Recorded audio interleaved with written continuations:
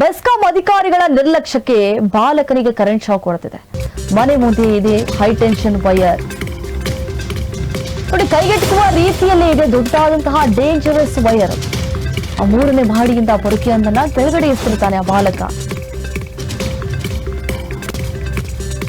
ಆ ಪೊರಕೆ high tension ವೈರ್ಗೆ ತಗುಲಿದ್ದಕ್ಕೆ ಬಾಲಕನಿಗೆ current shock ತಗುಲಿದೆ.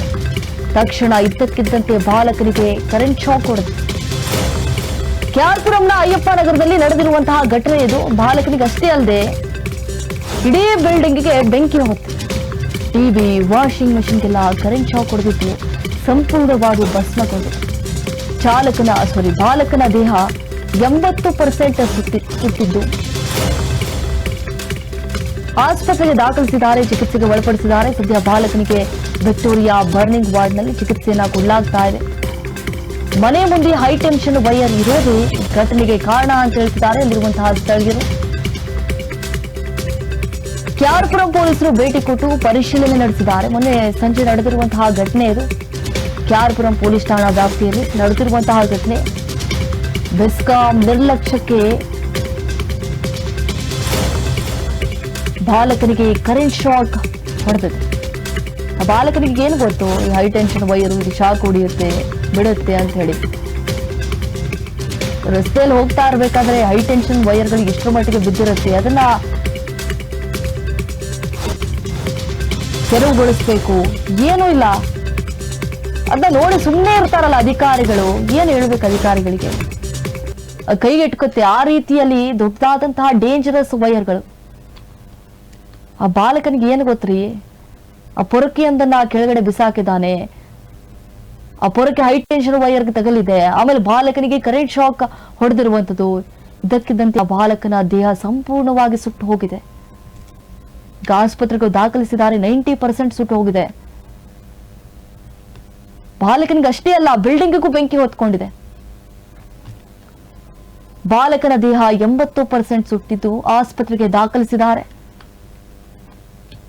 ಬಾರ್ನಿಂಗ್ ವಾರ್ಡ್ನಲ್ಲಿ ಚಿಕಿತ್ಸೆಯನ್ನ ಕೊಡ್ತಿದ್ದಾರೆ. ಮನೆ ಮುಂದೆ ಹೈ ಟೆನ್ಷನ್ ವೈರ್ ಇರೋದೇ ಈ ಘಟನೆಗೆ ಕಾರಣ ಆಗಿದೆ. ಅಲ್ಲಿರುವಂತಹ ಸ್ಥಳೀಯರು ಸಾಕಷ್ಟು ಬಾರಿ ಮನವಿ ಮಾಡಿಕೊಂಡಿದ್ದಾರೆ. ಈ ರೀತಿಯಾದಂತಹ ದುರ್ಘಟನೆಗಳು ಸಂಭವಿಸ್ತಾ ಇರ್ತವೆ ಆಗಾಗ. ದಯವಿಟ್ಟು ಇದನ್ನ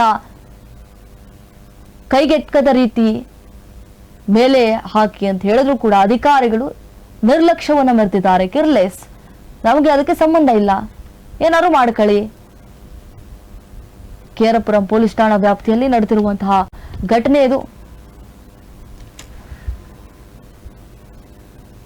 ಅಲ್ಲಿರುವಂತಹ ಸ್ಥಳೀಯರು ಆಕ್ರೋಶವನ್ನು ಹೊರಹಾಕ್ತಿದ್ದಾರೆ. ಬೆಸ್ಕಾಂ ಅಧಿಕಾರಿಗಳ ವಿರುದ್ಧವಾಗಿ ಇಡೀ ಶಾಪ ಹಾಕ್ತಿದ್ದಾರೆ. ಬಾಲಕನ ದೇಹ 80% ಸುತ್ತಿದ್ದು ಆಸ್ಪತ್ರೆಯಲ್ಲಿ ಚಿಕಿತ್ಸೆಗೆ ಒಳಪಡಿಸಲಾಗಿದೆ. ಚಿಕಿತ್ಸೆ ಕೂಡ ಮುಂದುವರೆದಿದೆ. ವಿಕ್ಟೋರಿಯಾ ಆಸ್ಪತ್ರೆಯ ಸುಟ್ಟಗಾಯ ವಿಭಾಗದ HOD ಯೋಗೇಶ್ವರಪ್ಪ ಅವರು ಹೇಳಿಕೆ ಕೊಟ್ಟಿದ್ದಾರೆ. ಸೋಮವಾರ ಆಸ್ಪತ್ರೆಗೆ ಕರೆ ತಂದಾಗ 80% ಗಾಯವಾಗಿತ್ತು. ಹಾಗಾಗಿ ತುರ್ತು ನಿಗಾ ಘಟಕದಲ್ಲಿ ಚಿಕಿತ್ಸೆಯನ್ನ ಕೊಡಲಾಗ್ತಾ ಇದೆ. ಆ ಮಗುವಿನ ಸ್ಥಿತಿ ಸ್ಥಿರವಾಗಿದೆ, ಆದರೆ ಚಿಂತಾಜನಕ ಸ್ಥಿತಿಯಲ್ಲಿದೆ. ಮಗು ಉಳಿಯುತ್ತೋ ಇಲ್ಲವೋ ಗೊತ್ತಿಲ್ಲ. ಮಗುವಿಗೆ ಪ್ರತಿದಿನ ಡ್ರೆಸ್ಸಿಂಗ್ ಮಾಡಲಾಗ್ತಾ ಇದೆ. ಆ ಮಗುವಿಗೆ ತಡ್ಕೊಳಕ್ಕಾಗಲ್ಲ, ಯಾಕಂದ್ರೆ 80% ಸುಟ್ಟು ಕರಕಲಾಗಿದೆ ಮಗುವಿನ ದೇಹ. ಆ ಮಗುವನ್ನ ಈಗ ICUಗೆ ಶಿಫ್ಟ್ ಮಾಡಿದ್ದೇವೆ. ಹಾಗೆ ಮಗುವಿಗೆ ಉಸಿರಾಟದ ಸಮಸ್ಯೆ ಕಾಣಿಸಿಕೊಂಡಿದೆ. ಆಕ್ಸಿಜನ್ ಸಿಲಿಂಡರ್ ಇಲ್ಲದೆ ಉಸಿರಾಡಲು ಮಗು ಕಷ್ಟಪಡ್ತಾ ಇದೆ. ವಿಕ್ಟೋರಿಯಾ ಆಸ್ಪತ್ರೆಯ ಸುಟ್ಟು ಗಾಯಾಳುಗಳ ವಿಭಾಗದ HOD ಈ ರೀತಿಯಾಗಿ ಹೇಳಿಕೆಯನ್ನು ಕೊಟ್ಟಿದ್ದಾರೆ. ಬಾಲಕನ ದೇಹ ಸಂಪೂರ್ಣವಾಗಿ 80% ಸುಟ್ಟು ಹೋಗ್ಬಿಟ್ಟಿದೆ, ಸುಟ್ಟು ಬೆಂದು ಹೋಗ್ಬಿಟ್ಟಿದೆ. ಚಿಕಿತ್ಸೆ ಕೂಡ ಮುಂದುವರೆದಿದೆ. HOD ಯೋಗೇಶ್ವರಪ್ಪ ಅವರು ಹೇಳಿಕೆ ಕೊಟ್ಟಿದ್ದಾರೆ. ಆ ಮಗುವಿನ ಹೆಲ್ತ್ ಈಗ ಚಿಂತಾಜನಕವಾಗಿದೆ, ಸರಿಯಾಗಿ ಸ್ಪಂದಿಸ್ತಾ ಇಲ್ಲ.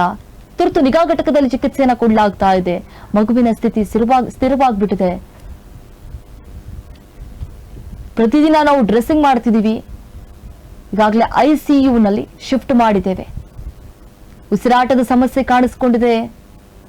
ವಿಕ್ಟೋರಿಯಾ ಆಸ್ಪತ್ರೆಯ HOD ಹೇಳಿಕೆಯನ್ನು ಕೊಟ್ಟಿದ್ದಾರೆ.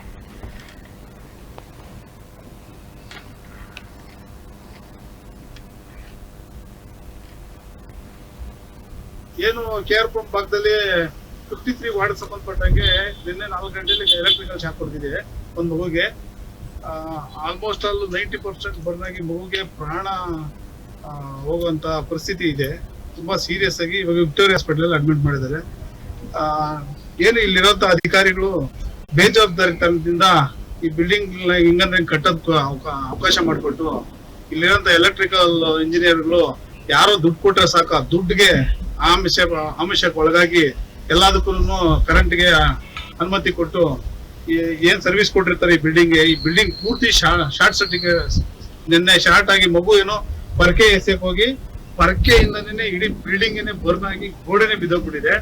ಈ ತರ ಪ್ರಾಣಗಳ ಜೊತೆ ಒದ್ದಾಡ್ತಾರಂತ ಅಧಿಕಾರಿಗಳನ್ನ ಈ ಕೂಡಲೇ ಸಸ್ಪೆಂಡ್ ಮಾಡಿ ಜೈಲಿಗೆ ಕಳ್ಸ್ಬೇಕಂತ ಹೇಳ್ಬಿಟ್ಟು ಕೇಳಕ್ ಇಷ್ಟಪಡ್ತೀನಿ ಬಂಧುಗಳೇ. ಜೈ B.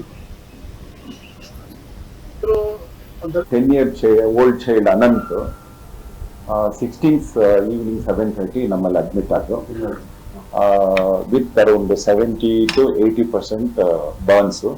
In that most of the burns are deep. So deep burns. He is undergoing treatment in a HDU.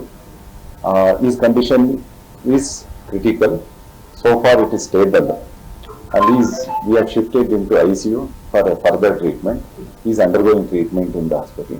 But by considering the degree of burn and percentage, it is almost 80% burns total body surface area, and most of the burns are deep burns.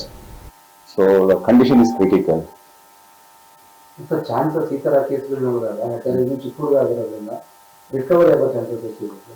So recovery, when the percentage is so high, with the aggressive treatment the recovery chances is very smaller quantity if you take the whole. So however, we are planning that once the child becomes stable, ಸ್ವಲ್ಪ stable ಆದ್ಮೇಲೆ ಮಗುದು condition, then we will take him for surgery. We also have a skin bank. We do take a donor skin and we may take the child for a early removal of the dead skin, and donor skin will be grafted onto the skin. So the child may have a little better chance of survival with all that treatment. ಅಂದ್ರೆ ಈಗ ಮಗುವಿಗೆ complete skin ಈಗ donate ಮಾಡಬೇಕು chances? Donate ಅಂದ್ರೆ we use a donor skin. So we have a skin bank where we take the skin from the their death. Up to 8 hours we can take their skin. And we process ಮಾಡಿ ನಮ್ಮ skin bank ಅಲ್ಲಿ store ಮಾಡಿ ಇಟ್ಟಿರ್ತೀವಿ. ಈಗ ಕಣ್ಣಿಂದು cornea ತಗೊಂಡು ನಾವು process ಮಾಡಿ ಇಟ್ಕೊಂಡು ನೀಡ್ ಇರೋರಿಗೆ ಯೂಸ್ ಮಾಡ್ತೀವಿ. So that same skin we are planning to use for this patient. ಅಲ್ಲ, total body area percent burn is around 80%, and most of the burns ಎಲ್ಲವೇ 3rd degree burn, 2nd degree deep to 3rd degree burns ಇದೆ. ಈಗ ICU treatment. He is undergoing ICU treatment. We have done daily dressing. Today also we have done dressing. Patient is stable. We have given pain relief and all things. It's critical, but right now it looks little stable. Having some difficulty in breathing. So the breathing difficulty iroದಿಂದ ICU ನಲ್ಲಿ he is taking treatment with oxygen supplements. Without oxygen ಕಷ್ಟ ಆಗುತ್ತೆ. Without oxygen is not making. That was the reason why we shifted into ICU, and we giving around 8 liters of oxygen by mask. In case if further difficulty ಆಯ್ತು ಅಂದ್ರೆ ಉಸಿರಾಟಕ್ಕೆ, ಆವಾಗ ನಾವು ಇಂಟ್ಯೂಬೇಟ್ ಮಾಡಿ artificial ವೆಂಟಿಲೇಷನ್ಗೆ ಹಾಕೋಬೇಕಾಗುತ್ತೆ.